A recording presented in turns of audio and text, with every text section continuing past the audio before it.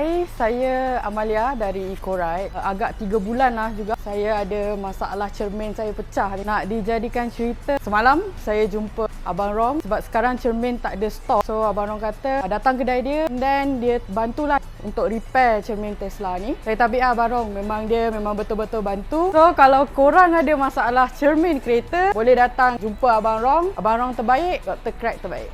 Macam berarti lebih info berkenaan cermin kereta, like, follow, komen, share sekarang pagi.